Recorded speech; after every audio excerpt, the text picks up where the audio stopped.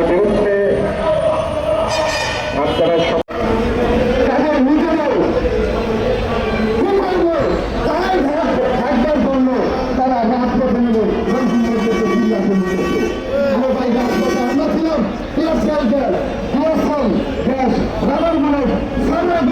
কোনোটা কিন্তু আমরা চেষ্টা করলাম। শ্রমিকরা আমরা রাজপথে ছিলাম।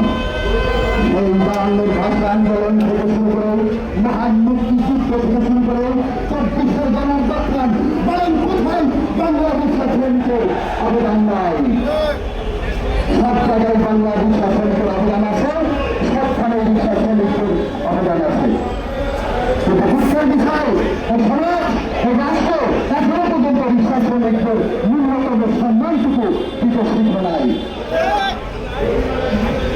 আপনারা দেখেন, লক্ষ্য করলে আমরা দেখি একজন রিক্সা চালককে ডাক দেওয়া হয়, ওই খালি দাবি বাবা খরচ না করে জনগণের কল্যাণে খরচ করবেন।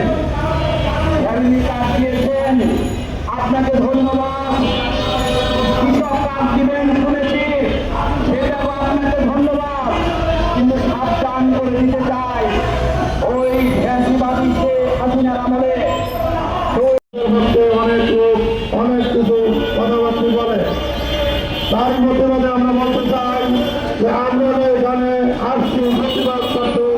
আমরা জানি এই প্রতিবাদে কিছু আসবে না, তবু আমরা মানুষ জনগণ থেকে এবং সমাজকে জানাতে চাই যে আমরা সর্বোচ্চই আমরা সকলের মুসলমান ভাই ভাই হিসাবে আমরা সারা বিশ্বে এবং কাজ করতে পারি। সবাই আমাদের এই